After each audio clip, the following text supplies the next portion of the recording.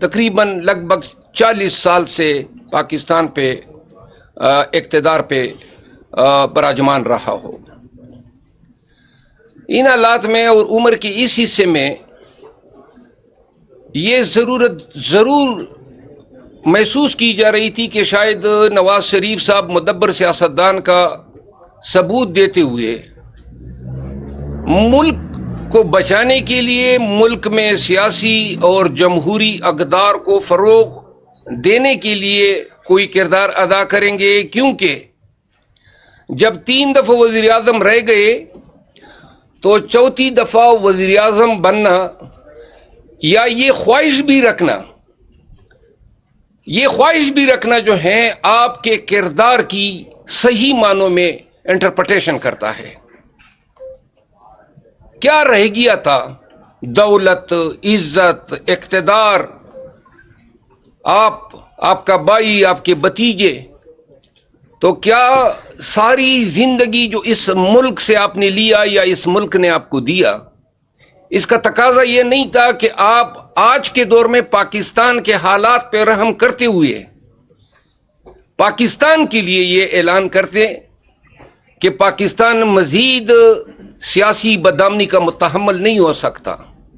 آپ کی شان یا آپ کی قد کاٹ میں کیا کمی ہوتی ہے، اور اگر آپ نیکی، صلح، صفائی اور پاکستان کی سیاسی پارٹیوں کو پاکستان کی بقا کے لیے اور پاکستان میں جمہور کی بقا کے لیے یہ پیغام دیتے کہ میں ہر ایک شخص کے گھر جانے کو تیار ہوں، کیونکہ آپ کا بھی دعویٰ ہے اور دعویٰ کرانے والوں کا بھی دعویٰ ہے کہ آپ آج وقت کے مقتدر ہیں.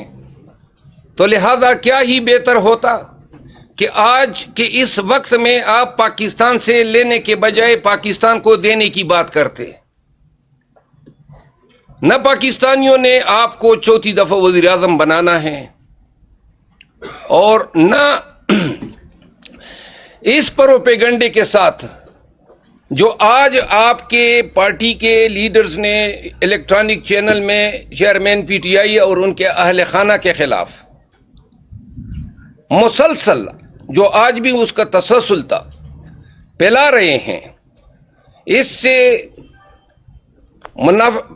نفرت پھیلے گی. ہم نے خان صاحب کے ساتھ ملاقاتوں کے بعد یہ پیغام دے رہے ہیں کہ شاید یہ الزام تراشی، یہ سخت رویہ، یہ جو آپس میں چپکلش انتہا کو پہنچی ہوئی ہے، کم از کم الیکشن کے دوران جو ہے ہمیں ڈیسنسی کا مظاہرہ کرنا چاہیے. اگر آپ آج یونیلیٹرلی یک طرفہ طور پہ اس شخص پہ جس کی پارٹی کو 9 مئی کے نام پہ کوئی سانس لینے کی اجازت نہیں ہے، اور جس کو آپ نے جیل میں ڈلوایا ہوا ہے، اور خود جو ہیں آپ کنوکٹ ہونے کے باوجود دندناتے پھر رہے ہیں. آج کی اس پریس کانفرنس میں یہ کہہ سکتا ہوں کہ 16 ماہ میں جو اسلحہ سکینڈل ہوا ہے، اسلحہ لائسنسز کا، چینی کے کارٹلائزیشن کا سکینڈل ہوا، اور 11 جو سکیمز ہیں جو فی الوقت جس کی کمپلینٹس نیب کے پاس ہیں لیکن ابھی تک پاکستانیوں کے ساتھ شیئر نہیں کیے جا رہے ہیں.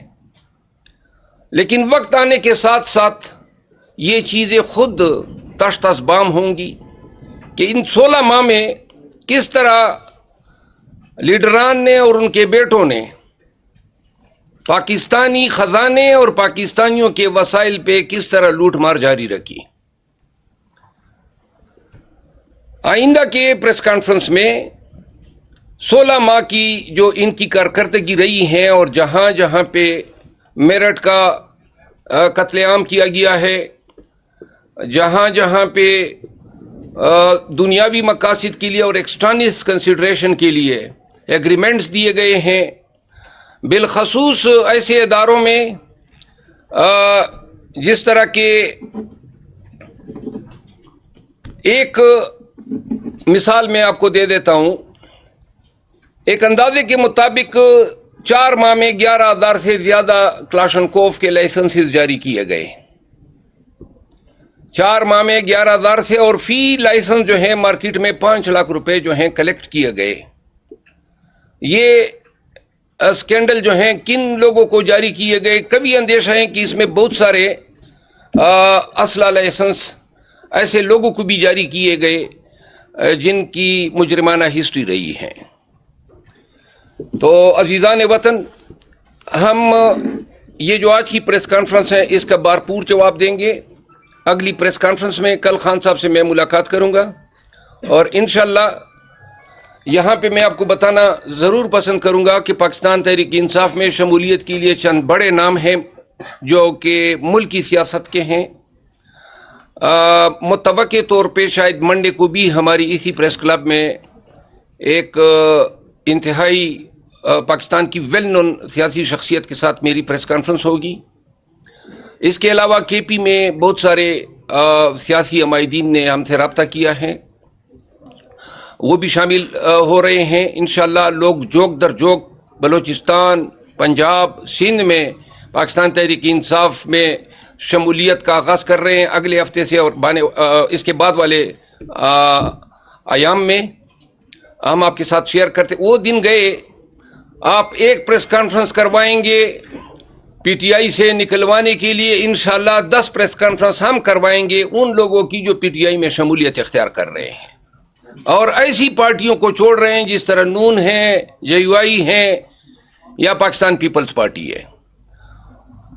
میں آج کے اس پریس کانفرنس کے جو پہلا نکتہ تھا، داؤد خٹک صاحب کو میں پاکستان تحریک انصاف کی طرف سے، chairman P T I Imran Khan صاحب کی طرف سے، سیکرٹری جنرل عمر ایوب خان کی طرف سے، اور صوبائی صدر پاکستان تحریک انصاف علی امین خان گنڈپور کی طرف سے پاکستان تحریک انصاف میں آمد پہ خوش آمدید کہتا ہوں.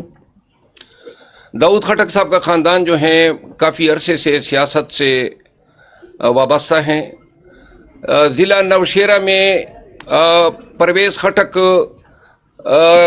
صاحب کی وجہ سے ان کو پاکستان تحریک انصاف میں وہ مقام کی توقع نہیں تھی، کیونکہ وہ ہر چیزوں پہ چایا ہوا تھا. تو لہذا ان کے جانے کے بعد کے پی میں اور بالخصوص پشاور ڈویژن میں وہ لوگ جو پرویز خٹک صاحب کی سیاست کی وجہ سے پاکستان تحریک انصاف سے دور تھے، وہ اب پاکستان تحریک انصاف کے قریب آئے ہیں. داؤد خٹک صاحب جو ہیں پاکستان تحریک انصاف میں غیر مشروط طور پہ شمولیت کا اعلان کر رہے ہیں. میں مائک تھوڑی دیر کے لیے ان کو دوں گا تاکہ وہ اپنے خیالات کا اظہار کر سکے. جناب داؤد خٹک صاحب. بس ٹھیک ہے. پریس کے ساتھیوں، السلام علیکم. تھوڑا اونچی آواز. بس ٹھیک ہے، آواز ٹھیک ہے. ہاں جی جی،